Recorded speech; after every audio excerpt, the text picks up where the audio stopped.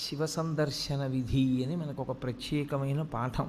శైవాగమమునందు శివ సందర్శన విధి అంటారు. అది శివ లింగ అని రెండు స్వరూపములు. శివ అంటే మంగళం, భద్రం, శోభనం, కళ్యాణం, క్షేమం అంతా మీకు మంగళప్రదమైనటువంటివి కటాక్షించగలిగినటువంటి శక్తి స్వరూపమునకు శివ అని పేరు. అందుకే శివునకు అమంగళమునకు సంబంధం ఉండదు. అసలు ఆయన ఎన్నడూ అమంగళము చేయువాడు కాడు. ఎప్పుడూ మంగళం చేసేవాడెవరో, ఎప్పుడూ భద్రాన్ని చేకూర్చేవాడెవరో, ఎవరి అనుగ్రహం చేత శుభ పరంపర మనకి కలుగుతుందో అటువంటి మహానుభావుణ్ణి శివ అని సంకేతిస్తాం. శివునకు ఒక రూపము కాదు. యథార్థమునకు అసలు పరమేశ్వరుడికి ఒక రూపం ఉంటే కదూ. కోటేశ్వరరావు అంటే ఏదో ఒక రూపంతో ఉంటాడు. పరమేశ్వరుడికి అలా ఒక రూపం ఉండదు. ఆయన చేసినటువంటి చేష్టితముల వలన భక్తులను అనుగ్రహించాలనేటటువంటి ఆయన యొక్క కారుణ్య తీవ్రత వలన ఆయన అనేక రూపములను ధరిస్తాడు. అందుకని లీలారూపములు అని పిలుస్తారు. అవి 63 లీలారూపములు ఉన్నాయి పరమశివుడికి. 63 లీలారూపములలో అత్యంత శ్లాఘనీయమైనగా ప్రస్తుతి చేయబడేటటువంటి స్వరూపం, మనకి ఎప్పుడూ మనం దర్శనం చేసేటటువంటి స్వరూపం, ఒక చేతిలో త్రిశూలం పట్టుకుని ఒక చేతిలో ఢమరుకాన్ని పట్టుకుని ఉంటాడు. నటరాజస్వరూపంగా ఢమరుకాన్ని పట్టుకుంటాడు, ఒక్కొక్కచో శివస్వరూపంగా ఢమరుకాన్ని పట్టుకుంటాడు. ప్రధానంగా శివుడు అనేటప్పటికి పట్టుకునేది త్రిశూలం. త్రిశూలం పట్టుకుని నిలబడ్డాడు అంటే అది శివ. త్రిశూలము అంటే లోకంలో ఉన్న నానుడు ఏమిటంటే అది పెట్టి పొడిచి చంపేస్తుంటాడు ఆయనని. అందుకొరకు కాదు ఆయనకు ఆయుధం. అది త్రైగుణ్యం శూలమేతస్య పరసు సత్యనిష్టత అని లింగపురాణం వ్యాఖ్య. త్రైగుణ్యం శూలమేతస్య, 3 గుణములు ఆయన చేతిల యందు ఉంటాయి. ఆ 3 గుణములే పైన ఉన్నటువంటి 3 పైకి పొడుచుకుని వచ్చినటువంటి శూలస్వరూపములు. ఈ 3 ఒక కర్ర లాంటి దానికి ఆధారభూతమై దాని నుండి పైకి ప్రసరిస్తాయి కొమ్ముల్లా. ఆ 3 దండంలా ఉండేటటువంటిది ఏది ఉందో అది నిర్గుణ స్థితి. అసలు ఏ గుణము లేనటువంటి స్థితి పరమేశ్వరుడిది. అందులో నుండి 3 గుణములను ప్రసరింపచేయగలిగినటువంటి శక్తి స్వరూపుడు కూడా ఆయనే. అది చెప్పడానికి ఆయన త్రిశూలం పట్టుకుంటాడు. సాధారణంగా మీకు శివాలయం అంటే ఎక్కడ శివస్వరూపము ప్రకటనముగా ఒక రూపంతో కరచరణాదులతో ఉండదు. శివాలయం అంటే అది శివలింగాలయం అని గుర్తు. లింగస్వరూపమే ఉంటుంది శివాలయంలో. ఆ లింగస్వరూపమునకు ఒక రూపము లేదు. లింగము ఇలాగే ఉండాలి అని నిర్ణయం ఏం లేదు. చిన్న లింగం ఉంటుంది, పెద్ద లింగం ఉంటుంది, చాలా పెద్ద లింగం ఉంటుంది, వివిధ పదార్థములతో చేయబడినటువంటి శివలింగాలు ఉంటాయి. కొన్ని పడుకున్న లింగాలు ఉంటాయి, కొన్ని కూర్చున్న లింగాలు ఉంటాయి, కొన్ని నిలబడిన లింగాలు ఉంటాయి. శివలింగాన్ని నిర్మాణం చేసినటువంటి తీరును బట్టి ఆ శివలింగం పడుకుందా, నించుందా, కూర్చుందా కూడా చెప్తారు. అటువంటి శివస్వరూపంలో శివాలయంలో లింగము అని ఉంటుంది.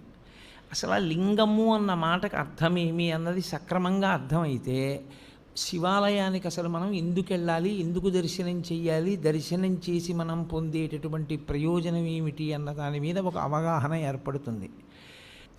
ఆ పరమేశ్వరుణ్ణి చూడాలనేటటువంటి కుతూహలం కలిగినటువంటి వాడు ఆలయ ప్రవేశం చేసినప్పుడు లింగముగా దర్శనమిస్తాడు. లింగము అంటే గుర్తు. దేనికి గుర్తు? నీకు కలిగిన ఆర్తికి జవాబు చెప్పటానికి గుర్తు. అందుకే శివాలయంలోకి ఎందుకు వెళ్ళాలి అంటే నీకు ఆర్తి కలిగితే వెళ్ళాలి. ఏ ఆర్తి కలిగితే వెళ్ళాలి అంటే నీకు అసలు ఈ విశ్వాన్నంతటినీ నిర్మించి నిర్వహించి లయం చేస్తున్న వాడిని చూడాలి అని నీకు అనిపిస్తే అప్పుడు శివాలయంలోకి వెళ్ళాలి. ఆ వెళ్ళినప్పుడు నీకు కలిగేటటువంటి అనుభూతి వేరు.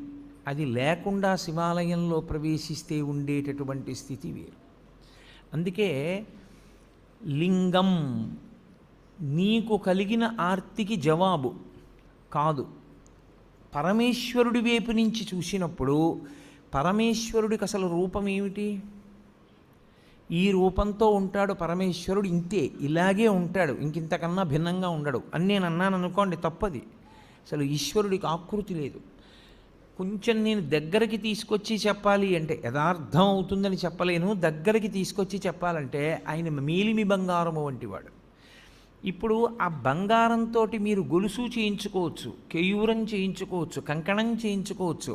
అది నామరూపములుగా మీ ఇష్టాన్ని బట్టి మారుతుంది. కానీ అసలు పరమేశ్వరుడు ముద్ద బంగారం, దానికి ఏం రూపం లేదు, మీరు మార్చుకున్నారు. భగవంతుడు నాకు ఈ రూపంతో కనపడాలని ఆర్తి పొందినటువంటి భాగవతుల యొక్క కోరిక తీర్చడానికి ఆయన ఒక రూపాన్ని పొందాడు తప్ప ఆయనకంటూ అసలు రూపమే లేదు. ఆయన నిర్గుణుడు. అందుకే వేదాంత డిండిమం చేస్తూ శంకరాచార్యులు వారు అంటారు, పీఠం అంబమయం సర్వం శివలింగైశ్చ చిన్మయం సాకారంచ నిరాకారం నిర్గుణంచ గుణాత్మకం తత్వం తత్పరమం బ్రహ్మ ఇది వేదాంత డిండిమహ అంటారు. ఆయన నిర్గుణంలోంచి సగుణంగా వస్తాడు, కంటికి కనపడే రూపంలో వస్తాడు. ఎందుకు అలా రావాలి అంటే, ఏదో ఒక రూపంలో రావాలని కోరుకున్న భక్తుడు ఒకడున్నాడు, వాడి కోసం రూపం దాల్చాడు. లేకపోతే అసలు ఆయనకి రూపంతో ఉండవలసిన అవసరమే లేదు, అంతటా నిండి నిబిడీకృతమై ఉంటాడు. కాబట్టి ఆయనని ఒక రూపంతో చెప్పడం కుదరదు. ఒక రూపం చెప్పకపోతే మనసు నిలబడదు. అందుకే రూపం ఉన్నవాడా రూపము లేనివాడా అంటే, రూపముండి రూపము లేనివాడు. ఉంది, శివలింగం ఉంది, కానీ దానికి రూపం ఉందా? రూపం లేదు. అందుకే శివలింగానికి వేదాంతంలో అరూపరూపి అని పేరు. రూపమున్నది, రూపము లేనిది. ఇలా ఓ ఆకారం కనపడుతోంది, కానీ దానికి కాళ్ళ, చేతుల, ముఖమా ఏమి లేవు. కాబట్టి అది అరూపరూపి. ఇప్పుడు ఆ శివలింగము ఒక గుర్తు. ఏమంటే అది ఒక గుర్తు అయితే దానికి శక్తి ఏం లేదు, అది ఒక గుర్తుగా మనం పెట్టుకున్నామంతే తప్పించి అది నిజంగా శక్తివంతం కాదా అని మీరు అంటారేమో. శివలింగానికి ఉన్నటువంటి శక్తి అసలు లింగ స్వరూపంలో ఉంది. ఎందుచేత అంటే శివలింగం ఎలా ఉంటుంది? ఇలా ఉంటుంది కదా, గుండ్రంగా ఉంటుంది. ఇప్పుడు ఇలా గుండ్రంగా ఉంది అని నేను అన్నాను అనుకోండి, శివలింగం ఇంత ఉంది, ఇంతదైతే అప్పుడు అందులోకి పట్టేవి ఇంకొంచెం పెరిగాయా? ఈ గది అంతా అన్నాను అనుకోండి, అప్పుడు ఈ గదిలో అన్నీ అందులోకి పట్టేశాయా? గుంటూరంతా అని తిప్పాను అనుకోండి, గుంటూరంతా లింగంలో ఉందా? కాదు. ఆంధ్రదేశం అంతా అని తిప్పాను అనుకోండి, ఆంధ్రదేశం అంతా అందులో ఉందా? అలానే తిప్పుతూ ఈ బ్రహ్మాండం అంతా అన్నాను అనుకోండి, ఇప్పుడు ఈ బ్రహ్మాండం అంతా ఎందులో ఉంది? అందులోనే ఉంది. అంతా ఎందులో ఉందో అది లింగం, అంతా ఎందులో పెరుగుతోందో అది లింగం, అంతా ఎందులోకి కలిసిపోతోందో అది లింగం. ఇప్పుడు పరమేశ్వరుణ్ణి యథార్థముగా సూచించుటకు గుర్తు శివలింగము. కాబట్టి కంటితో కనపడినది కాదు, ఇది సర్వవ్యాపకమైతే, ఇది చుట్టుకుంటే నిజానికి దీనిలో ఈ బ్రహ్మాండమంతా ఉన్నది అని గుర్తుపట్టాలి. సరే ఏమంటే ఊహ చేత గుర్తుపట్టమంటున్నారు మీరు, నిజమే, ఊహ చేత గుర్తుపడతాం. మన ఊహ చేత ఈశ్వరునికి శక్తి ఆపాదించడమా? అసలు నిజానికి శివలింగానికి ఏమైనా శక్తి ఉంటుందా? అక్కడ ఓ శివలింగం ఉందనుకోండి, ఇప్పుడు ఇక్కడ శివాలయంలో శివలింగం ఉంది, ఆ శివలింగానికి శివలింగంగా ఏమైనా శక్తి ఉంటుందా? నా ఊహ చేత నేను అలా ఆలోచించడమేనా? అంటే శివలింగమునకు 5 ముఖములు ఉంటాయి, 5 ముఖములతో ఉంటుంది. ఏది ముఖము అంటే, మీరు ఎటు విభూతి రాసి బొట్టు పెడితే అది ముఖం.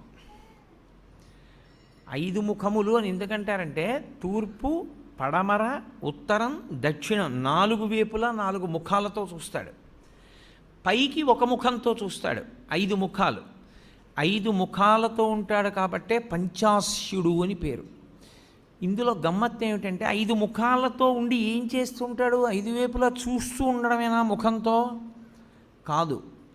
మీరు జాగ్రత్తగా గుర్తుపట్టగలిగితే శివాలయాలన్నింటిలోకి శివాగమంలో అత్యంత శ్రేష్టమైన శివాలయం, ఉత్తర క్షణంలో మీరు దర్శనం చేస్తే కోరికలను ఈడేర్చగలిగినటువంటి శివాలయం, దాన్ని మించి ఇంకొక శివాలయం ఉందని చెప్పడం సాధ్యం కాని శివాలయం పశ్చిమాభిముఖమైన శివాలయం. అంటే మీరు లోపలికి ప్రవేశించినప్పుడు ఆలయంలో శివలింగం పశ్చిమ ముఖాన్ని చూస్తే, దాన్ని సద్యోజాత శివాలయము అంటారు. అది సద్యోజాత ముఖంతో చూస్తోంది. అది శివాగమంలో అన్ని శివాలయాల్లోకి శక్తివంతమైన శివాలయం అదే. ఈశ్వరుడు తూర్పుకి ఒక ముఖంతో చూస్తాడు, దాన్ని తత్పురుష ముఖము అంటారు. ఇప్పుడు ఇక్కడ ఉండే శివాలయంలో ఉండే శివలింగం తూర్పుని చూస్తోంది.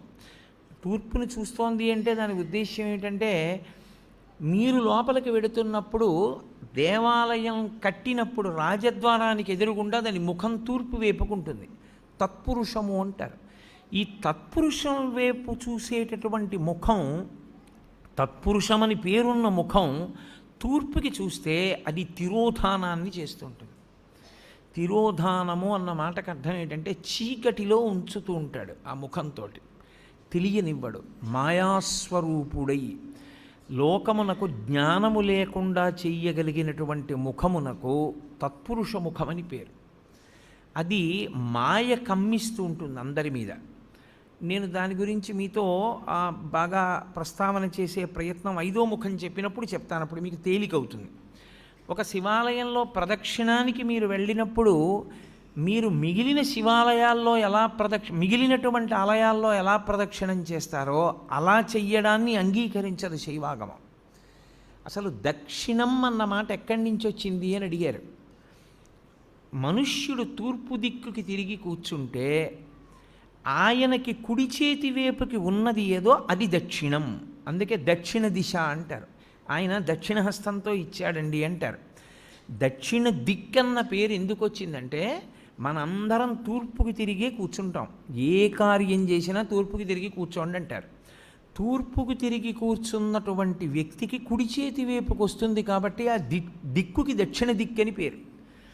ఇప్పుడు మీరు తూర్పు ముఖంగా ఉన్న శివాలయంలోకి ప్రవేశించి నమస్కారం చేస్తే గృహస్థు ఒకలా ప్రదక్షిణం చెయ్యాలి, బ్రహ్మచారి ఒకలా ప్రదక్షిణం చెయ్యాలి, సన్యాసి ఒకలా ప్రదక్షిణం చెయ్యాలి. ముగ్గురు శివాలయానికి ఒకలా ప్రదక్షిణం చేయడానికి వీల్లేదు.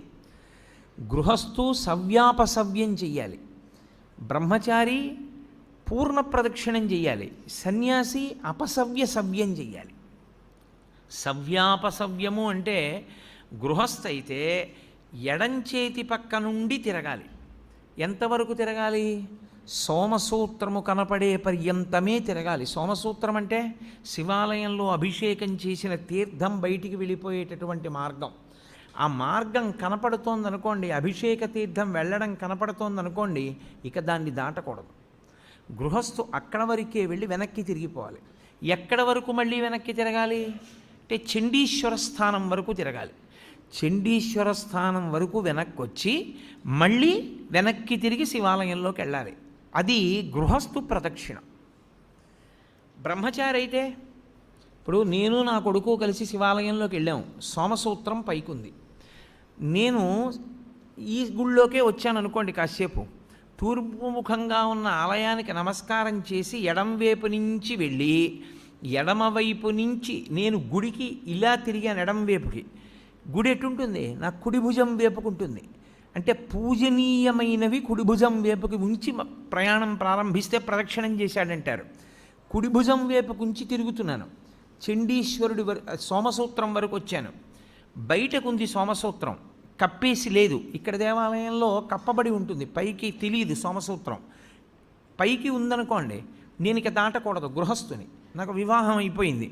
అప్పుడు నేను వెనక్కి వెళ్ళిపోవాలి. వెనక్కి వెళ్ళి మళ్ళీ తిరిగి చండీశ్వర స్థానం దగ్గరికి రావాలి. నా కొడుకు వాడు బ్రహ్మచారి, వాడికి పెళ్ళి అవ్వలేదు ఇంకా, వాడు సోమసూత్రం దాటచ్చు. వాడు సోమసూత్రం దాటి గుండ్రంగా తిరిగి శివుడికి ఎదురుగుండా వస్తాడు. నేను సోమసూత్రం దాకా వెళ్ళి వెనక్కి వెళ్ళి చండీశ్వరుణ్ణి చూసి చండీశ్వరుడి దగ్గర నుంచి మళ్ళీ తిరిగి శివలింగం దగ్గరికి వస్తాను. నాకు అది ప్రదక్షిణం, బ్రహ్మచారికి అది ప్రదక్షిణం. సన్యాసి వస్తే సన్యాసి సవ్యం చేయకూడదు, ఇలా ఎడం పక్క నుంచి వెళ్ళకూడదు, కుడి పక్క నుంచి తిరిగి పూర్ణ ప్రదక్షిణం చెయ్యాలి. శైవాగమం అలాగే చెప్పింది, అలాగే చెయ్యాలని చెప్పింది. కాబట్టి శివాలయంలో ప్రదక్షిణము అందరికీ ఒక్కలా ఉండదు. శివాలయంలో ప్రదక్షిణం చేసేటప్పుడు పదఘట్టన వినపడకూడదు. మీ అడుగుల చప్పుడు కాని వినపడిందా ప్రదక్షిణం చేసేటప్పుడు మహాపాపం వేస్తారు ఖాతాలో. పాదాల చప్పుడు వినపడకుండా ప్రదక్షిణం చేస్తే పరమశివుడు అంత ప్రసన్నుడవుతాడు. శివాలయంలో ప్రదక్షిణం చేత వచ్చేస్తుంది అంతే శక్తి అంతా. ఎలా ప్రదక్షిణం చెయ్యాలని అడిగారు. నిండు గర్భిణి ఇంకొక గంటలోనో 2 గంటల్లోనో ప్రసవం అవుతుంది.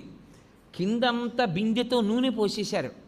ఆమెకు ఒక పెద్ద బింది ఇచ్చి నీళ్లు చంకలో పెట్టారు, డొక్కలో.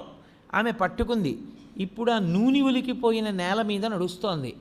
ఆమె ఎంత పరాకుగా అడుగు వేసి నడుస్తుందో ప్రదక్షిణ సమయంలో అంత పరాకుగా అడుగు వేసి నడవాలి, చప్పుడు రాకుండా.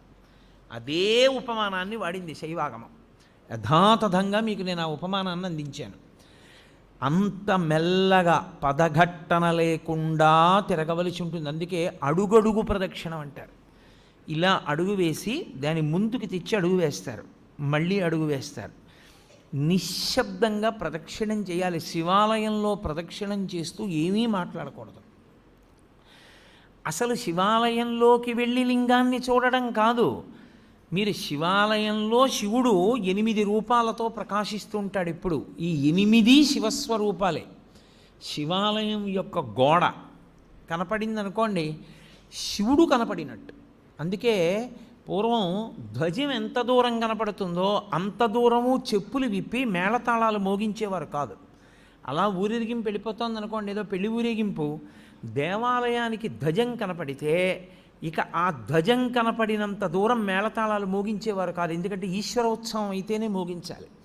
శివుడే లెక్క ఆ గోడ. ఆ గోడ దగ్గరికి వెళ్ళి నువ్వు ఏదైనా చెయ్యకూడని పని చేస్తే శివలింగం మీద చేసినట్లే లెక్కలో కడతారు శాస్త్రంలో. అందుకే అన్ని ప్రాకారాల నిర్మాణం అందుకు చేసేవారు, రక్షించడానికి. దీని శివాలయం యొక్క ప్రాకారము శివుడు, శివాలయం యొక్క గోపురము, పెద్ద ఆలయ గోపురం ఉంటుంది, ఆ ఆలయ గోపురము శివుడు, ధ్వజస్తంభము శివుడు.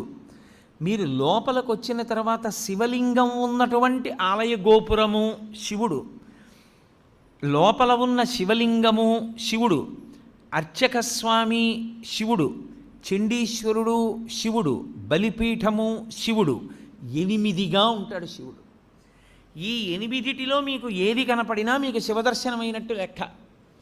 నేను గోడ ఒకటే చూశాననుకోండి, నేను శివదర్శనం చేసినట్టు. నేను ధ్వజం వంక చూశాననుకోండి, నాకు శివదర్శనం అయిపోయినట్టు. నేను గోపురం చూశాననుకోండి, నేను శివదర్శనం చేసేసినట్టు. నాకు అర్చకుడు కనపడ్డాడనుకోండి, శివదర్శనం చేసినట్టు. చండీశ్వర స్థానం దగ్గరికి వెళ్ళాడనుకోండి, శివదర్శనం చేసినట్టు. ఈ 8 చూశాడనుకోండి, పూర్ణంగా శివదర్శనం చేసినట్టు. ఎందుకంటే శివతత్వము ఎప్పుడూ అష్టమూర్తి తత్వంగానే వెడుతుంది. 8 అంకెకి కట్టుబడాలి శివతత్వం. అందుకని ఈ 8 యందు పరమశివుని యొక్క తేజస్సు ఉంటుంది. శివుడే 8గా ఉంటాడు. ఈ 8 మీరు ఏది దర్శనం చేసినా శివాలయంలో శివదర్శనము చేసినట్లే. కాబట్టి ఇప్పుడు తూర్పున ఉన్నటువంటి ముఖం తత్పురుష ముఖం. ఈ తత్పురుష ముఖం వాయువు మీద అధిష్టానంగా ఉంటుంది. ఉండి లోకమునంతటినీ తిరోధానం చేస్తూ ఉంటుంది. తిరోధానము అన్న మాటకు అర్థం మీకు నేను బాగా తర్వాత చెప్తాను. మీరు ప్రదక్షిణం చేస్తూ ఇలా ఎడం పక్కకు వస్తే దక్షిణ దిక్కు వస్తుంది. దక్షిణాన్ని చూస్తూ దక్షిణామూర్తి ఉండాలి శివాలయంలో. శివాగమంలో దక్షిణాన్ని చూస్తూ దక్షిణామూర్తి ఉండకుండా శివాలయం కట్టకూడదు. ప్రదక్షిణం చేసేటప్పుడే దక్షిణామూర్తి కనపడాలి. దక్షిణామూర్తి దక్షిణాన్ని ఎందుకు చూస్తాడంటే ఆయన మృత్యుంజయుడు. ఆయన ఉత్తరాన్ని కూర్చుని దక్షిణాన్ని చూస్తాడు. మృత్యువును గూర్చినటువంటి భయము లేనివాడు ఆయన. ఆయన పాదములు పట్టుకుంటే మృత్యుభీతి పోతుంది, భయం పోతుంది. అందుకే దక్షిణామూర్తి స్వరూపం అసలు సమస్త ఐశ్వర్యము దగ్గర నుండి, చదువుల దగ్గర నుండి, మోక్షము వరకు దక్షిణామూర్తి ఇవ్వలేనటువంటిది లోకమునందు లేనే లేదు. అసలు మీకు నేను ఒక గొప్ప రహస్యం చెప్తాను. ధ్యానం చెయ్యడానికి అత్యంత యోగ్యమైనటువంటి స్వరూపం ఏదో తెలుసా? చాలా గొప్ప స్వరూపం దక్షిణామూర్తి స్వరూపం. నేను హైదరాబాద్లో ఉపన్యాసాలు చెప్పేటప్పుడు ఉదయం వేళ దక్షిణామూర్తిని ఎలా ధ్యానం చెయ్యాలి అన్నది దాదాపు 10 రోజులు ఎంతో ప్రతిరోజు తరగతులు నిర్వహించాను. దక్షిణామూర్తిని కానీ మీరు ధ్యానం చెయ్యగలిగితే మీకు ఏది అభ్యున్నతిని కల్పిస్తుందో అవన్నీ మీకు ఈశ్వరుడు ఇచ్చేస్తాడు. ఆయన ధ్యానం చాలు. అంత మంగళప్రదమైన స్వరూపం, అంత అందమైన స్వరూపం, అంత సౌమ్యమైన స్వరూపం ధ్యానానికి వేరొకటి ఉండదు. అత్యంత ఆకర్షణీయమైన మూర్తి నటరాజు. అత్యంత మంగళప్రదుడు, ధ్యానయోగ్యుడు దక్షిణామూర్తి. అందుకే ప్రపంచం అంతటా కూడా నటరాజ విగ్రహాలు ఎత్తుకుపోతారు. పాశ్చాత్య దేశాల్లో నటరాజ విగ్రహాలు కొంటూ ఉంటారు. ఎందుకో తెలుసా? అసలు ఆ స్వామి భంగిమ అలా ఉంటుంది. ప్రపంచంలో ఏ దేవతా స్వరూపంలోనూ కనపడనంత వేగం ఒక్క నటరాజుకే ఉంటుంది. అందుకు వాళ్ళు ఆ మూర్తులు ఎత్తుకుపోతూ ఉంటారు. ఎందుకంటే దొంగతనం చేసి కొంటూ ఉంటారు. అసలు ఆ రూపం ఎలా వచ్చిందని వాళ్ళు అధ్యయనం చేస్తారు. ఇప్పుడు నాకు చాలా పెద్ద జుత్తు పెంచుకున్నాను అనుకోండి, ఇలాగా నేను ఇలా అన్నాను అనుకోండి, నా జుత్తు అంతా ఇటు ఎగురుతుంది. నేను అంతే వేగంగా ఇలా అన్నాను అనుకోండి, ఆ జుత్తు ఇటు ఎగురుతుంది. నేను ఇలా అన్న జుత్తుకి పడే లోపల ఇలా అంటే మళ్ళీ ఇటు జుత్తు ఇటు, ఇటు జుత్తు ఇటు ఉండేటట్టుగా తలని అంత వేగంగా తిప్పుతున్నాను అనుకోండి, అంటే ఈ జుత్తు ఇటు పడదు, అసలు ఈ జుత్తు ఇటు పడదు. ఇది ఇటు ఇలా లేచి ఉంటుంది, ఇటు ఇలా లేచి ఉంటుంది. తలని నిలబెట్టి ఉంచలేదు, తిప్పుతున్నాను. అంత వేగంగా తిప్పుతున్నానంటే ఈ జుత్తు ఇటు పడడానికి కానీ ఈ జుత్తు ఇటు పడడానికి కానీ ఆస్కారం లేదు. ఇది ఇలా నిలబడిపోయి ఉంటాయి. అందుకే మీరు నటరాజస్వామి మూర్తిని చూస్తే ఇక్కడ కాదు, కాంచీపురంలో ఏకాంబరేశ్వర దేవాలయంలో ఉంటుంది మహానుభావుడి యొక్క దేవాలయం. మీరు అక్కడ చూడాలి. ఈ జుత్తు ఇలా ఉంటుంది, ఈ జుత్తు ఇలా ఉంటుంది. మీరు ఎప్పుడైనా నటరాజస్వామి మూర్తిని చూసి ఉంటారు, ఇంటికెళ్ళి మీ దగ్గర ఉంటే బాగా చూడండి. జుత్తు ఇలా ఉండదు, ఉండి కిరీటం పెట్టుకోడు, ఇది ఇటు ఎగురుతూ ఉంటుంది. అంటే నటరాజులో ఉన్నటువంటి వేగం, ఆ వేగం ఎక్కడిది అన్నదాన్ని ప్రయత్నం చేశారు. అసలు ఈ సృష్టిలో కదలికలలో ఉన్నటువంటి వేగాన్ని నటరాజులో చూపించారు. అందుకే శివస్వరూపాల్లో అద్భుత స్వరూపం నటరాజు. అత్యంత ధ్యానయోగ్యము దక్షిణామూర్తి. చిన్న పిల్లలు ఇంట్లో ఉంటే చిన్న పిల్లల దగ్గర నుంచి రేపో మాపో వెళ్ళిపోతాడనుకున్నంత పెద్ద వయస్సున్నవాడి వరకు దక్షిణామూర్తి స్వరూపము ధ్యానయోగ్యమే. మిగిలిన ఏ రూపాలు, ఏ దేవతా స్వరూపాలు మీకు అలా ధ్యానయోగ్యములు కావు. అన్ని వేళలా మీరు ఒకే రూపాన్ని, బ్రహ్మచారి, గృహస్థు, వానప్రస్థు, సన్యాసి, నలుగురు ఒకే రూపాన్ని ఆరాధన చేయడం కుదరదు. నేను మీకు ఒక ఉదాహరణ చెప్పాలంటే, కృష్ణ పరమాత్మని నేను ధ్యానం చేశాను అనుకోండి, నేను గృహస్థుని కనుక ఆవు దూడ పక్కన ఉన్నటువంటి త్రిభంగి అయిన కృష్ణుండే నేను ధ్యానం చేయాలి. ఆవు దూడ లేని కృష్ణుణ్ణి సన్యాసి ఉపాసన చేయాలి. మారిపోతుంది. అందరూ ఒకలా చేయడానికి వీల్లేదు. అదే త్రిభంగి స్వరూపం అయిన దక్షిణామూర్తి స్వరూపం. చిన్నపిల్లలు దక్షిణామూర్తిని ఎంత ధ్యానం చేస్తారో అంత జ్ఞాపక శక్తి, అంత గొప్పగా స్ఫురణ శక్తి పెరుగుతాయి. ఐశ్వర్యం కావాలనుకున్నవాడు దక్షిణామూర్తిని రోజు ధ్యానం చేస్తే అంత ఐశ్వర్యం. ఆరోగ్యం కావాలనుకున్న వాడికి ఆరోగ్యం, జ్ఞానం కలగాలనుకున్న వాడికి జ్ఞానం. నేను మీకు యథార్థం చెప్పాలంటే, మీకు ప్రతిరోజు 1-2 నిమిషాలు దక్షిణామూర్తిని ధ్యానం చేయడం అలవాటైతే మోక్షము కరతలామలకము. అంత్యమునందు పరమేశ్వరుడే మీకు జ్ఞాపకం వచ్చి మోక్షానికి ఎడతాడు. అంత గొప్ప స్వరూపం దక్షిణామూర్తి స్వరూపం. అది శైవాగమంలో మీరు దక్షిణ దిక్కుకి వెళ్ళగానే దక్షిణాన్ని చూస్తూ కనపడాలి. ఆయన కనపడగానే మీరు అభిముఖంగా ఉండకూడదు. మీరు ఇటు పక్కకెడితే తూర్పు ముఖం చేస్తారు.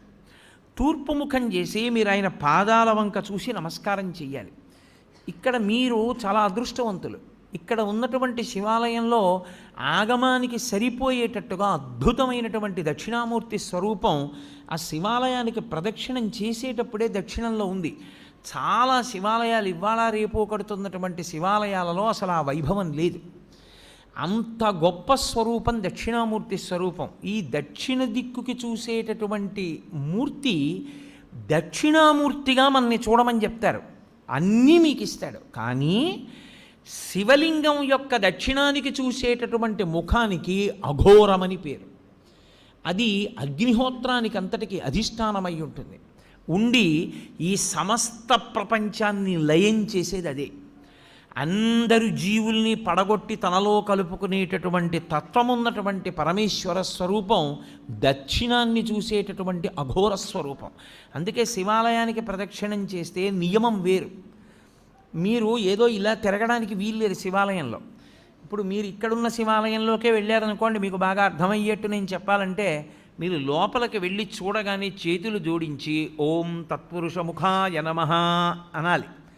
ఒకవేళ భక్తులకి ముఖాలు తెలియవేమోనని బోర్డు పెడతారు. అందుకే అసలు శివాలయంలో బోర్డు ఉండాలి.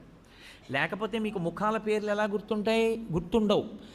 గుర్తుండాలి. ఉండని వాడికి సౌలభ్యం కోసం బోర్డు పెడతారు. బోర్డు పెడితే ఓం తత్పురుషముఖాయ నమః అని నమస్కారం చేసి మెల్లగా దక్షిణానికి వెళ్ళాలి. మళ్ళీ అభిముఖంగా పై చూసి ఓం అఘోరముఖాయ నమః అనాలి. ఎవడు అలా అంటూ ప్రదక్షిణం చేస్తుంటాడో వాడు మళ్ళీ పుట్టవలసిన అవసరం లేని రీతిలో జ్ఞానం ఇచ్చి కలుపుకుంటాడు. అందుకని దక్షిణామూర్తి ఉంటారు దక్షిణానికి. లేకపోతే ఆయన లోకాన్నంతటిని లయం చేసి మళ్ళీ పునర్జన్మలిచ్చే స్వరూపమై ఉంటాడు. అందుకే అగ్నికి అధిష్టానమై ఉంటాడు.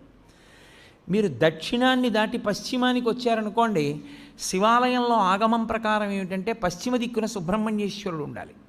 ఉండి పశ్చిమానికి వెడితే మళ్ళీ మీరు గుడికి ఎదురుగుండా నిలబడాలి.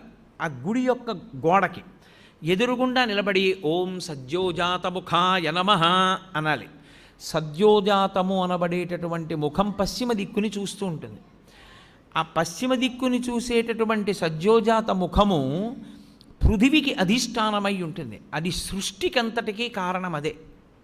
ఆ ముఖంలోంచే ఈశ్వరుడు మళ్ళీ పునః సృష్టి చేస్తుంటాడు. అందుకే లోకంలో మాట అంటారు, శివాలయానికి ప్రదక్షిణం చేస్తే తీరని కోరికుందా అంటారు. కారణం ఏమిటో తెలుసా? బిడ్డలు పుట్టాలన్న కోరిక దగ్గర నుంచి సమస్త కోర్కెలు శివాలయంలోనే తీరుతాయి. కాబట్టి ఇప్పుడు పశ్చిమాన్ని చూసేటటువంటి ముఖం సద్యోజాత ముఖం. అటు తిరిగి అంటే పశ్చిమానికి వెళ్ళినప్పుడు తూర్పుకి తిరగాలి. తూర్పుకి తిరిగి ఓం సద్యోజాతముఖాయ నమః అనాలి. సద్యోజాత ముఖమే అత్యంత శక్తివంతమైనటువంటి ముఖం. ఇప్పుడు సద్యోజాతాన్ని దాటి మళ్ళీ వెనక్కి వెళ్ళడం ప్రదక్షిణ విధి పక్కన పెట్టండి. మీరు అది దాటితే ఉత్తర దిక్కుకు వస్తారు. ఉత్తర దిక్కుకు వచ్చినప్పుడు మళ్ళీ శివాలయం గోడకి ఎదురుగుండా నిలబడాలి. నిలబడి ఓం వామదేవాయ నమః అనాలి. వామదేవుడు అంటే ఎవరు అన్నది శివమహాపురాణం చెప్పింది. శివమహాపురాణం ఆ ఉత్తర దిక్కున ఉండేటటువంటి శివుడి ముఖాన్ని వామదేవ ముఖము అని పిలిచింది. దాని గురించి మాట్లాడుతూ మంగళాయతనం దేవం యుబానమతిమంగళం ధ్యాయేత్ కల్పతరోర్మూలే సుఖాసీనం సహోమయా అంటుంది లింగపురాణం. ఆ ముఖము నీటి మీద అధిష్టానం కాబట్టి అది ఏం చేస్తూ ఉంటుందంటే సమస్త మంగళములను మీకు కృప చేసేటటువంటి ముఖమదే. యథార్థమునకు అదే విష్ణు స్వరూపం, అదే విష్ణువు. అందుకే శివాలయంలోకి వెడితే అందరికీ నమస్కారం అయిపోతుంది. ఓం వామదేవాయ నమః అని అన్నారనుకోండి, లేకపోతే ఓం వామదేవ ముఖాయ నమః అంటే అనారోగ్యం ఉండదు. అందుకే శివాలయంలో ప్రదక్షిణాలు చేయండి అని ఎందుకంటారో తెలుసా? మెల్లగా ప్రదక్షిణం చేసి ఉత్తరానికి వెళ్ళి నమస్కారం చేస్తే సమస్త అనారోగ్యములకు హేతు ఎక్కడుంటుందంటే ఈశ్వరుడు నీటి ద్వారా అనారోగ్యాన్ని ఇస్తాడు. అందుకే బ్రతుకుట అంటే నీటి వలననే, భోగము నశించుట నీటి వలననే, అనారోగ్యము నీటి వలననే. సంజీవనం సమస్తస్య జగత సలిలాత్మిక భవ ఇత్యుచ్యతే మూర్తిర్భవస్య పరమాత్మనః అంటుంది లింగపురాణం. నీటి మీద ఆయన అధిష్టానం. మీకు అందుకే ఏదైనా ఊరు వెళ్ళారనుకోండి, నాకు అక్కడ కూర పడలేదండి అండవు, నాకు ఆ నీళ్లు పడలేదండి అంటాడు. అనారోగ్యమునకు కారణము నీరే, మనిషి పడిపోవడానికి కారణము నీరే. నీరు అంత శక్తివంతం. నీటి మీద అధిష్టానమై ఆయన ఉత్తరాన్ని చూస్తూ ఉంటాడు. ఆ ముఖానికి ప్రతిరోజు మీరు గోడవంక చూసి ఓం వామదేవ ముఖాయ నమః అన్నారనుకోండి, ఆయన మీకు ఏకకాలమునందు మూడిటిని కృప చేస్తాడు. ఒకటి, మీకు ఏదుందో దాన్ని ఉంచుతాడు, అది పాడైపోకుండా కాపాడతాడు. రెండవది, మీకు ఉత్తరోత్తరాభివృద్ధిని ఆయనే కల్పిస్తాడు.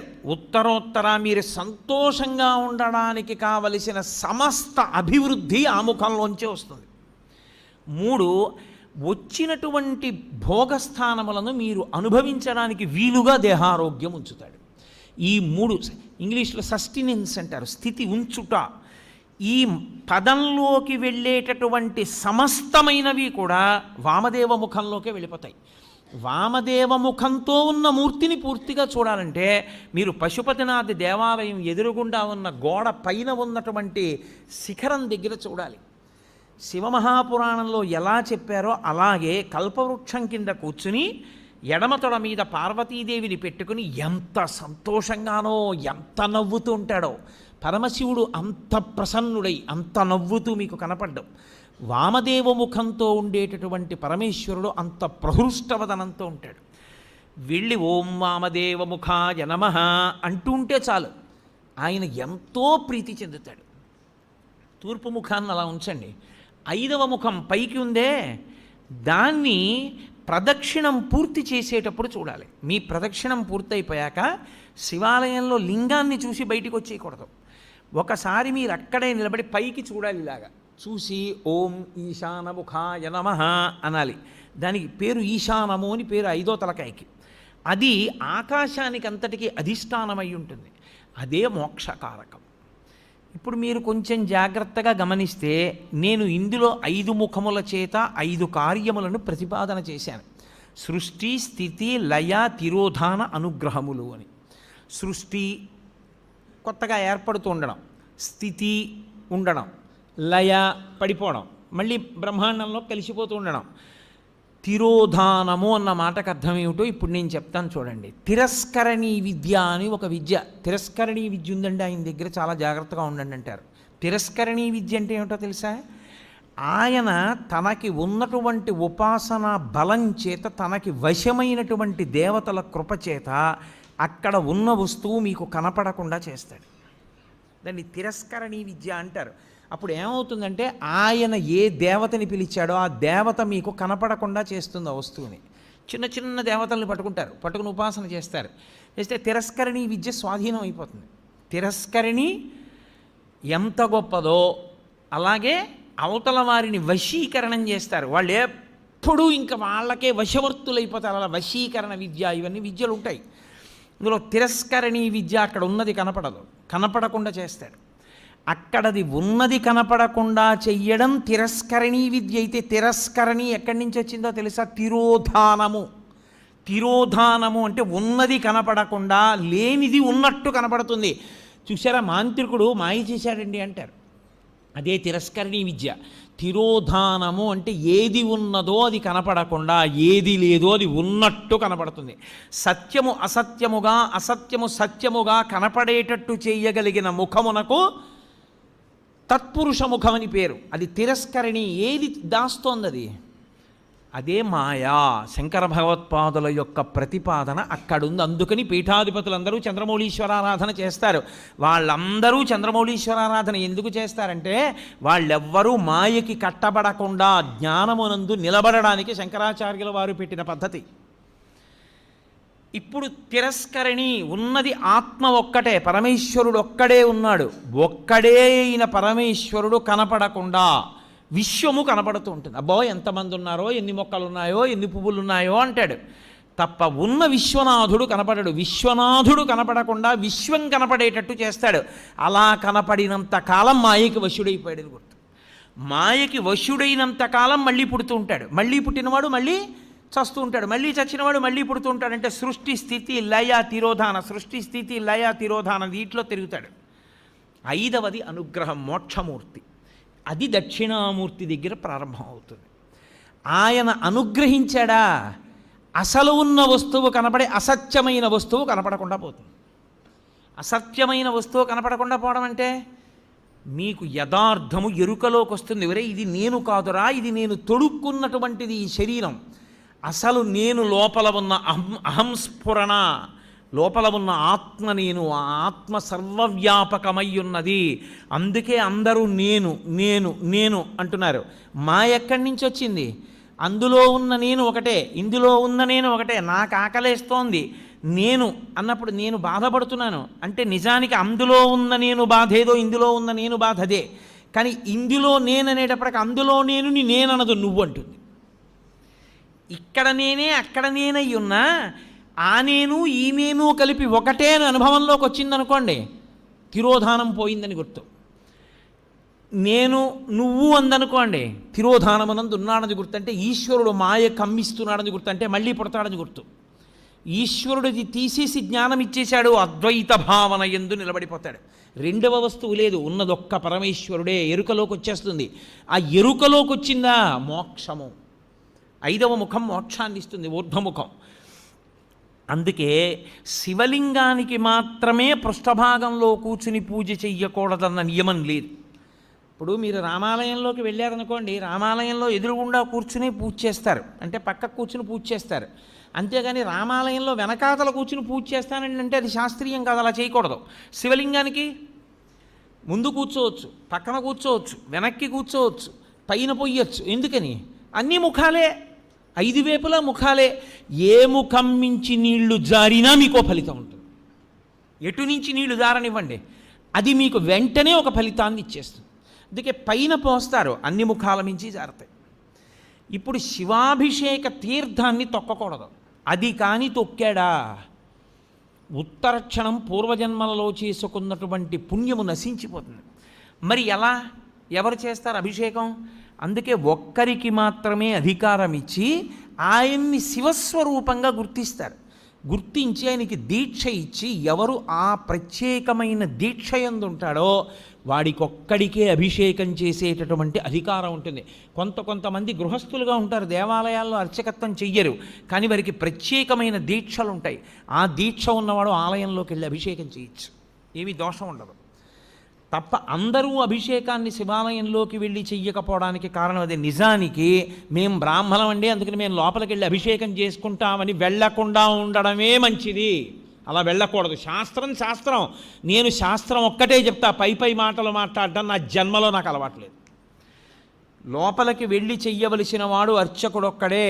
నీకు శాంభవ దీక్ష లాంటి దీక్షలుంటే నువ్వు వెళ్ళడానికి అర్హుడివి. అటువంటి దీక్ష నీకు లేకపోతే నువ్వు లోపలికి వెళ్ళి అభిషేకం చేయడం మంచి పద్ధతి కాదు. అర్చకుడే చెయ్యాలి. నువ్వు తొక్కుతావు అనవసరంగా, లేనిపోని ఇబ్బందులన్నీ వస్తాయి. ఎందుకది తెచ్చుకోవడం? కాబట్టి శివాలయము 5 ముఖములతో ఉండి 5 మీద అధిష్టానంగా ఉంటుంది. ఇదే అమ్మవారి పరంగా చెప్పారనుకోండి, పంచకృత్య పరాయణ, ఈ 5 అమ్మవారు చేస్తుందంటారు. అందుకే ఒకచో అమ్మవారు చేస్తుంది, ఆవిడ నిర్వహిస్తుంది, అప్పుడు మధురై అంటారు. మీనాక్షి అన్నీ చేస్తుంది, సుందరేశ్వరుడు ఊరుకుంటాడు. అలాగే చిదంబరం పరమేశ్వరుడు చేస్తాడు, అమ్మవారు ఊరుకుంటుంది. అందుకే ఎక్కడ ఉండేటటువంటి తత్వము అక్కడ ఉంటుంది. కాబట్టి అమ్మవారు చేస్తుంది, అయ్యవారు చేస్తారు ఈ పంచకృత్యములను. శైవ సిద్ధాంతమునందు ఈ 5 పరమశివుడు చేస్తాడు అని మనం శివ సందర్శన విధి యందు శైవాగమం చెప్తుంది. అందుకుని అలా చూడాలి. శివాలయంలోకి వెళ్ళినప్పుడు శివలింగాన్ని 3 మూర్తులుగా చూడవలసి ఉంటుంది. స్థూలలింగము, సూక్ష్మలింగము, భద్రలింగము అని 3. స్థూలలింగము అంటే ఆలయం యొక్క గోపురం. అందుకే శివాలయంలోకి వెడుతూనే ఏవీ మాట్లాడవద్దు అని చెప్తారు. నువ్వు ఇవన్నీ చూస్తూ వెళ్ళు. ఆలయ శిఖరం వంక చూస్తే స్థూలలింగాన్ని చూసినట్టు, ఆలయంలో ఉన్న శివలింగాన్ని చూస్తే సూక్ష్మలింగాన్ని చూసినట్టు, బలిపీఠాన్ని చూస్తే భద్రలింగాన్ని చూసినట్టు. బలిపీఠము అంటే ఉగ్రభూతములు తిరుగుతుంటాయి వాతావరణంలో, వాటిని మీరు దేవాలయంలో భక్తుల్ని ఇబ్బంది పెట్టవద్దని కొంచెం అన్నం తెచ్చి బలిహరణ మంటపం మీద పెడతారు. అవి తింటాయి, ఆ మంటపం మీద ఉన్న అన్నం తింటాయి, అవి భక్తుల జోలికి రావు. ఆ బలిపీఠాన్ని చూస్తే భద్రలింగ దర్శనం చేసినట్టు. మీరు ఎప్పుడైనా గమనించారో లేదో, ఒక్క శివలింగానికే ఒక ప్రత్యేకమైన గుర్తు ఒకటి ఉంటుంది. మీరు ఎప్పుడైనా చూడండి, అన్ని శివలింగాల మీద ఉండదు అలాగా. మీరు కొన్ని శివాలయాల్లోకి వెళ్ళినప్పుడు శివలింగం దగ్గరికి వెళితే దాని మీద కొన్ని గీతలు ఉంటాయి ఇలాగా. అది ఏమిటో తెలుసా గీత? అలా గీత ఎందుకు ఉంటుందో తెలుసా ఎవరికైనా? అలా గీత ఉంటే దాన్ని బ్రహ్మసూత్రము అని పిలుస్తారు. అలా గీత ఉంది అంటే నీ అదృష్టం పండి నువ్వు అక్కడికి వెళ్ళావని గుర్తు. 1000 మాటలు ఓ శివాలయంలోకి వెడితే నీకు ఎంత ఫలితమో, అలా గీతలు ఉన్నటువంటి శివలింగం ఉన్న గుళ్ళోకి వెడితే అంత ఫలితం. విశేషమైన ఆరాధనీయము అని గుర్తు. అలాంటి శివలింగం ఉన్న గుడిలోకి వెడితే తప్పకుండా మీరు మీ ద్రవ్యాన్నో, మీ బలాన్నో, మీ సంపత్తినో, మీ పాటనో, మీ పద్యాన్నో, మీ కష్టాన్నో అక్కడ వినియోగించాలి. శివలింగం మీద గీతలు కనపడ్డాయనుకోండి, బ్రహ్మసూత్రం ఉందనుకోండి, బయటికి వచ్చి కాళహస్తీశ్వర శతకంలో 2 పద్యాలు చదవాలి. బయటికి వచ్చి మీకు వచ్చిన శ్లోకాలు 2 చెప్పాలి. పాటలు వచ్చిన వాళ్ళైతే 2 పాటలు పాడాలి. బలం ఉన్నవాడివైతే పల్లకి పట్టుకోవాలి, లేదా గుడి కొంచెం సేపు తుడిచి వెళ్ళిపోవాలి. నీ దగ్గర డబ్బున్నవాడివైతే వెంటనే ఆ శివాలయంలో నువ్వు 100 రూపాయలు ఖర్చు పెట్టేవాడివి, బ్రహ్మసూత్రం ఉన్న శివలింగం ఉంటే 1000 రూపాయలు ఖర్చు పెట్టాలి. ఎందుకంటే నీ జన్మ పడ్డి అక్కడికి వచ్చావని గుర్తు. అది 1,000,000 రెట్ల ఫలితాన్ని ఇచ్చేస్తుంది. ఒక రుద్రాభిషేకం ఒక చోట చేస్తే ఏ ఫలితమో, బ్రహ్మసూత్రం ఉన్న శివలింగానికి చేస్తే 1,000,000 రెట్లు విశేష ఆరాధనా ఫలితముని ఇచ్చేస్తుంది ఆ శివలింగం. అలా ఇవ్వగలిగిన శివలింగం అని గుర్తు చెప్పడానికి వచ్చిన వాళ్ళకి బ్రహ్మసూత్రం ఉంటుంది దాని మీద. అది చెక్కినప్పుడే ఆ బ్రహ్మసూత్రం చెక్కుతారు. బ్రహ్మసూత్రం ఉన్నది మీకు పరాకు చెప్పినట్టు శివలింగం మీద. జాగ్రత్తగా ఉండు సుమా. తేతలి అని ఒక గ్రామం. మహానుభావుడు రాజరాజ నరేంద్రుడు వెళ్ళిపోతుంటే ఒక పాము అడ్డొచ్చింది, వెళ్ళనివ్వాల సైన్యాన్ని. ఏమిటి ఇలా అడ్డొచ్చిందని చెప్పి తెల్లవారుదామున వెళ్ళి చూశాడు. అద్భుతమైనటువంటి శివలింగం, దాని మీద ఉంటుంది బ్రహ్మసూత్రం. నేను ఎన్నో దేవాలయాల్లో చూసా బ్రహ్మసూత్రం ఉన్న శివలింగాల్ని. బ్రహ్మసూత్రం ఉన్నది మీ అదృష్టం పండిపోయిందని గుర్తు. మీరు అక్కడికి వెళ్ళి అపచారం చేసినా అంతే, 1,000,000 రెట్లే. మీరు అక్కడికి వెళ్ళి ఏమీ చేయలేదు, కూర్చొని శివ శివ శివ శివ అనుకుని వచ్చేశారు. శివ శివ శివ శివ 4 మార్లు మీరంటే 4 కోట్ల మార్లు మీరు శివనామం చెప్పారని వేస్తారు. బ్రహ్మసూత్రం ఉన్న దేవాలయంలో ఏది చేసినా 1,000,000,000 అని గుర్తు. నేను మాటకంటున్నాను, దానికి లెక్క లేదు అసలు. విశేష అని శైవాగమం అంత గొప్పది బ్రహ్మసూత్రం ఉన్నది. అందుకే శివాలయంలోనే 2 సూత్రాలు ఉంటాయి, సోమసూత్రము, బ్రహ్మసూత్రము. ఈ 2 ఉంటాయి. శివాలయం ఒక్కదానికే ఒక విశేషం ఉంటుంది. శివాలయంలో పరమేశ్వరుడు చెట్టు రూపంలో ఉంటాడు ఒక్కొక్క చోట. ఇక్కడ మారేడు చెట్టు కాశీ నుంచి తెచ్చి వేశారు అంటారు. అది ఎవరు వేశారండి? అది ఒక్కొక్క చోట పరమశివుడు, దేవాలయంలో ఉన్నటువంటి పరమేశ్వరుడు బయటికి వచ్చి చెట్టు రూపంలో నిలబడతాడు, కదులుతూ ఉంటాడు. మీరు పరమశివుడిని ఇలా ముట్టుకోవడం మీకు సాధ్యం కాదు, సంభవం కాదు, ముట్టుకోలేరు. కానీ ఒక్కొక్క చోట స్థలవృక్షము అన్న పేరుతో ఉంటాడు. అక్కడ లోపల ఉన్న శివుడే బయట చెట్టు రూపంలో ఉంటాడు. నేను మీకు ఉదాహరణ చెప్పాలంటే, కాంచీపురం ఏకాంబరేశ్వర దేవస్థానంలో మామిడి చెట్టు రూపంలో ఉంటాడు. లోపల శివలింగం ఎంత గొప్పదో పృథివీలింగం చెట్టు ఎంత గొప్పది. అలాగే వైదీశ్వరం వేప చెట్టు రూపంలో ఉంటాడు. ఎందుకంటే అక్కడ పేరే వైదీశ్వరం. ఆయన రోగ నివారణ చేస్తూ ఉంటాడు. రోగ నివారణ చెయ్యడానికి యోగ్యం వేప చెట్టు. అమ్మవారు అనుగ్రహించింది.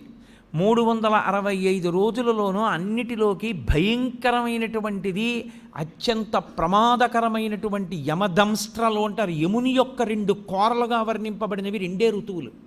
ఒకటి శరదృతువు, 2 వసంత ఋతువు. ఈ 2 ఋతువులు అత్యంత ప్రమాదకారులు. చాలామంది ఈ ఋతువుల్లోనే పడిపోతారు కనుక అమ్మవారు ఏం చేసిందంటే, కొత్త సంవత్సరం చైత్రం ప్రారంభమై వసంత ఋతువు రాగానే పసిబిడ్డల దగ్గర నుంచి వృద్ధుల వరకు కాపాడడానికి అమ్మవారే అనుగ్రహ రూపంలో వేప చెట్టుకి పువ్వుగా వస్తుంది. అందుకే వేప పువ్వుని తెచ్చి ప్రసాదంలో వేసుకు తింటారు కొత్త సంవత్సరం రాగానే. కారణం అది. ఆవిడ రోగనిరోధక శక్తినిచ్చి మృత్యుదంష్ట్ర నుండి పైకెత్తుతుంది. శారదా నవరాత్రులు చేసిన, వసంత నవరాత్రులకి ముందు చైత్రశుక్ల పాడ్యమి నాడు ఈ ప్రసాదం తీసుకున్న పరదేవతానుగ్రహం కలగడానికి కారణం అదేదో ఛాందసత్వంతో ఉతినే వేప వచ్చిందని పెట్టడం కాదు.